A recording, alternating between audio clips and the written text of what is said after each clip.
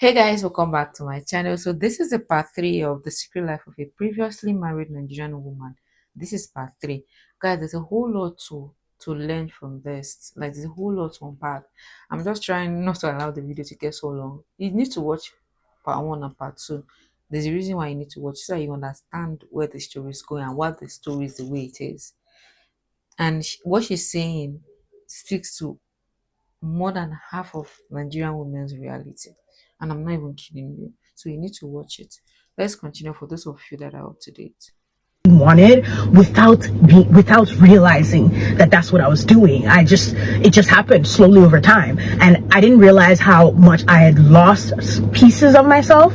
But because I'm such a strong-willed person who will always go hard for the things I like, I still kept parts of myself as well. You see what now? Hold on, let me read it out. There's a reason why I want to read it out. I didn't realize I deserved autonomy as a woman. I thought if I didn't act or behave a certain way, then he would leave me, which to me was the worst thing that could happen at that time. And there's a way our parents kept ingraining into our head as a woman. Oh, is this how you're going to behave in your husband's house? Is this what you will do for your husband? Is this how you cook for your husband? That conditioning of the mind. It did something to a lot of us. I'm so happy that I've been able to break out of it. I'm so grateful. Let's continue. Year 4 came along, we started having the marriage conversation. He would say stuff like, oh, are you sure you're ready for marriage? I don't know if you're ready and stuff like that. And I never understood back then. If somebody now tells me I don't know if you're ready for marriage, be going. But back then I was just kind of like, damn, that means, always working to prove my worth, always working to prove that I was ready. What does he mean? Just all these things where I felt like I had to consistently prove myself to make sure that this man picked me. So finally year 7 comes around and I'm over it. And I've been over it, but I didn't realize that even me being over it should have been a signal of me not to move forward with it.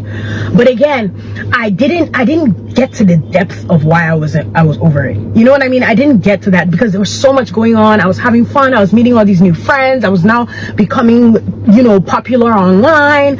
So my life was changing at such a fast pace that I didn't have time to sit down and think about what was going on with me and my relationship. Yes, we had been together for a long time, so it just seemed like something that was okay to do, even though the red flags were red. And these are things that we really need to talk about. People think that just because they've dated for a long time that they need to end up in marriage because like he said, and I thought I thought about why the hell I would throw 7 years just because of little agreement. This is the predicament a lot of people are in. This mindset and the fact that, like what she wrote the other time before this, that a lot of her friends were getting engaged. That's why I made her start thinking that she needs to do that. That pressure, we don't talk about it enough. People being pressurized because of their friends. They will not go and do something because their friends are doing. Let them not be left out. And you also find some friends groups that will also use them mocking you. Oh, we are married. Oh, you're not married. You're not supposed to be in this circle. A lot of people do it here in my country. Yes, it has even happened to me one time. I'm not even kidding you. That's the reality of a lot of people. You see, guys. So I don't want to talk too much. Flag was red, and I should have sat down to think about it and be like, is this the person I want to be with? But again, to me at that time, before I got married, marriage wasn't a big deal. It was this thing where it was like, oh, well, this is the partner I pick. We've been together. I mean, yeah, we have arguments, but it's just arguments. You know what I mean? It's just arguments. When we get married, it's fine. We'll work it out. Always just projecting everything to when we get married instead of sorting out the problems that we were having and seeing if this was something that I could be in long term, which is why I really feel like people should really just wait till your frontal lobe develops to get married, because you will make a lot of decisions thinking but you really do not know. There are certain things that you should be looking out for with your partner that will tell you if they have abusive tendencies already. that you might ignore. And I ignore. I can't see, I'm blind. That was me. I was not seeing. And even people told me, even till now, people, some of my friends will remind me like, Ronke, nobody could tell you anything. No. Nobody could tell you anything. Whether I wanted to say, whether we don't, nobody could tell you anything. And they were right. Nobody could tell me anything because I was locked in. So finally, year 7 comes around, and I'm doing social media now. Life is just getting better. There's things here and there that I kind of like, I'm not really sure, I'm not really sure. And I remember like talking to my friend, I'm like, I don't even know, like, is this person I'm really supposed to marry? I started kind of like, kind of deeping it a little bit, and I was like, I'm not sure. So he finally proposed, even though before the proposal, there was a time where I had like caught him on Tinder, which now that I think about it, Tinder was made in like 2011 or something. So technically the whole time that we were in a relationship, there's no reason for you to have Tinder because it was never before we were in a relationship, since we had been in a relationship for so long. And one of my subscribers, funny enough, messaged me and was like, hey, is this your man on Tinder? Nah, I didn't know if it was him or not. I didn't know. But I went to go talk to him because again, that's bestie, that's bae, that's everything. I went to go talk to him. I was like, hey, like, is this you? He's like, no, and now people will be doing it. And back then there was no AI, so it's not like he's AI. But shortly after she had messaged me again, I was like, hey, that profile randomly started getting taken down. Mumu, like me, I was already engaged. I was like, this person is just trying to spoil my engagement. I didn't think about it. I was just like, whatever, I didn't care. Didn't think anything about it. Again, ignoring the flags, not even trying to, and this was like a couple of months before I got married.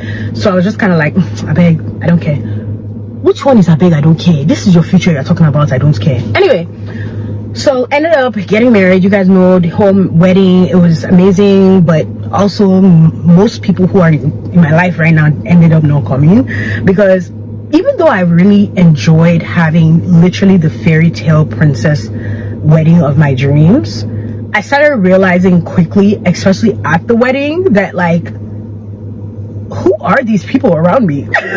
Like something was clicking in my head already, and I was like, bruh, whoa, I don't know, is this the right choice? So get married, and shortly after I got married, I can't remember what dates. Was it August 23rd? Yes, I got married August 23rd. And we got married in California. And literally, I remember coming back from Cali and finding out I was pregnant, like right away. Now, I was confused, I was stressed out. We had just gone through marriage, even though everything was so blissful, I started this career that was doing really well. He was still working, everything was just doing so well, so yeah, of course, a baby would be nice, but I was still very hesitant because I was like, damn, just like that, I didn't even get time but I always wanted children. I was never the person who didn't want kids. That's the honest truth. I was always the person who was like, I want kids. I would never not want kids. Like, I wanted kids. Now, if I knew the responsibility actual children were, would I have changed my mind? Yes. People change. That's one thing. People change. People grow. You either grow together or you grow apart. And I feel as though I didn't even realize what that meant or how marriage was supposed to work at that time.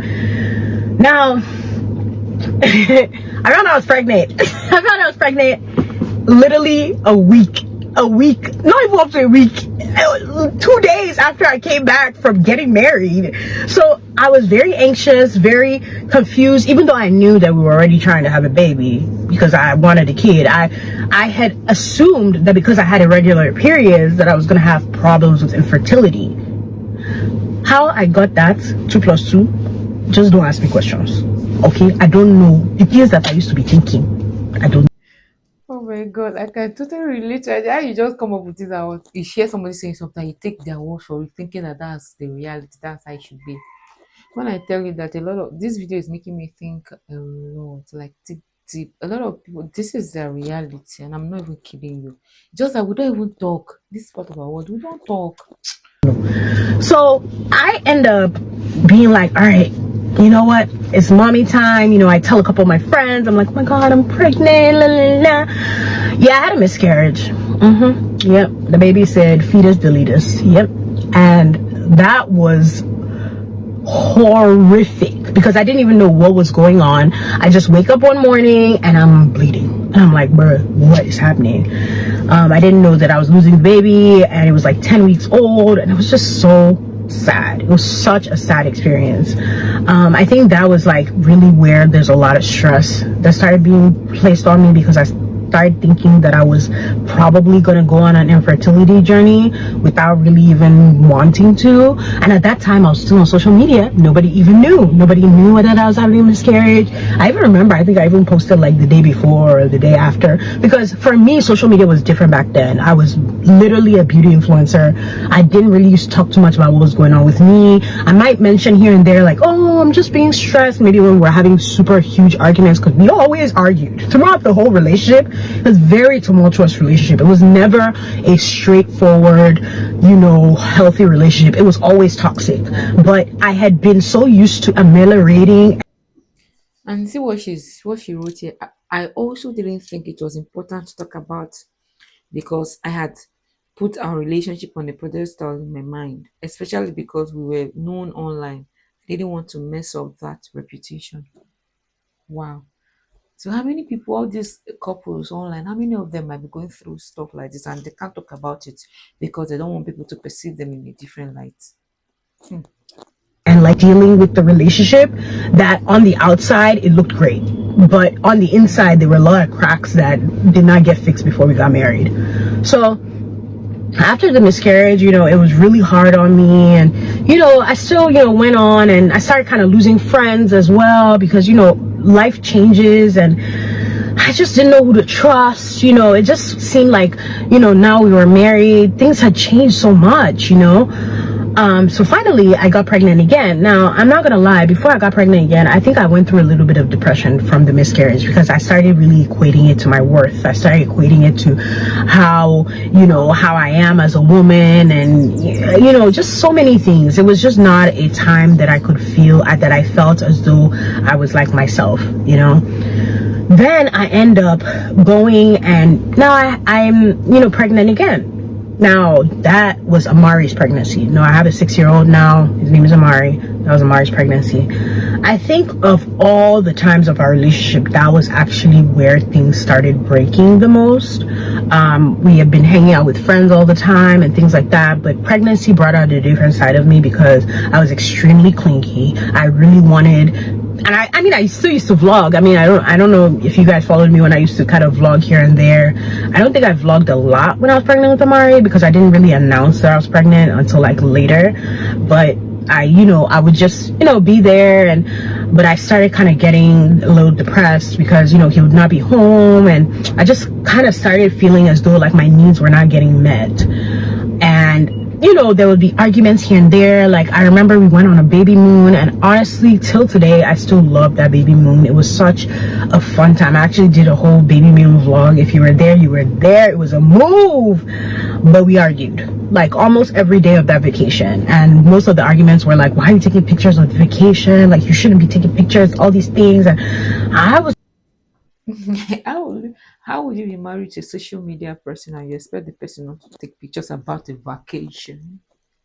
Ha, no, it doesn't make sense. I've always been somebody who takes pictures, and it's so crazy because there was a point in time where I had Instagram, and he had just been complaining about how I was like always on Instagram because at that time was when Instagram first came out, and I was really interested in it. So he was just like, "Why would you always be on Instagram?" So there was a time I just deleted Instagram. I think that I don't know why I placed him on that high of a pedestal for me to delete my Instagram. It's almost like I wasn't standing up for myself at all.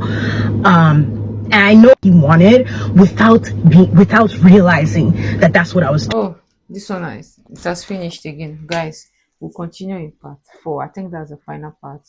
And this our story is very, very interesting. There's a whole lot to unpack, and I hope people are learning. And if you're a parent watching this, you need to do more for your children. Be in their life, ask questions, teach them things. Don't allow the world to teach them because anything you don't teach your child, best believe that they're being taught outside and you don't know who is teaching them or what they're seeing on the internet.